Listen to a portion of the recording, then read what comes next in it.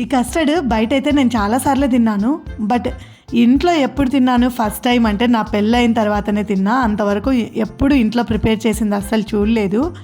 మమ్మల్ని మా వదిన విందుకు పిలిచినప్పుడు ఇదైతే ప్రిపేర్ చేసి పెట్టారనమాట. నాకైతే బాగా నచ్చేసింది. ఇంకా అప్పటి నుంచి ఎప్పుడు సమ్మర్ వచ్చినా సరే డెఫినెట్గా ప్రిపేర్ చేసుకొని తింటూ ఉంటాను.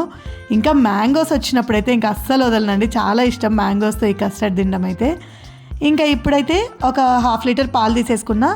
ఇంకా కొంచెం వేరే పాలు ఇంకో కప్లో తీసేసుకొని ఒక 4 టేబుల్ స్పూన్స్ కస్టర్డ్ పౌడర్ అయితే కలిపేశాను. పాలు మిగడ కట్టకుండా కలుపుతూ ఉండి బాగా మరిలిన తర్వాత చక్కెర అయితే యాడ్ చేసేసి కస్టర్డ్ పౌడర్ని కలిపిన మిల్క్ కూడా యాడ్ చేసేసాను.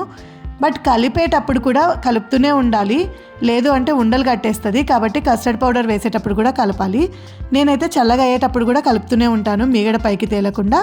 చల్లగా అయిన తర్వాత ఫ్రిడ్జ్లో పెట్టేసి ఇంకా అందులో మనకి ఇష్టమైన ఫ్రూట్స్ అన్నీ వేసేసుకొని తినేసేయడమే. వీడియో నచ్చితే సబ్స్క్రైబ్